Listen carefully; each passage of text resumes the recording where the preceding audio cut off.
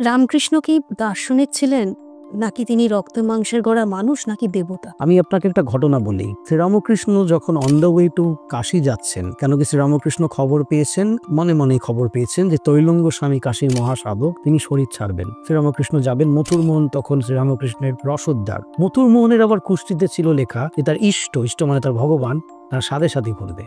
আর শ্রীরামকৃষ্ণকে তিনি কালী রূপে, শিব রূপে আরো বহুভাবে তিনি দেখেছেন। সেগুলো মথুরমোহনের নিজের অভিজ্ঞতার কথা বলেছে। সেটা তো আমরা এমনি সিরিয়াল টিরিয়ালও দেখেছি যে একদিন মথুরমোহন আছেন বসে কুটি বাড়িতে, আর দেখছেন উল্টো দিক থেকে শ্রীরামকৃষ্ণ হেঁটে যাচ্ছে, একদিকে শিব একদিকে কালী।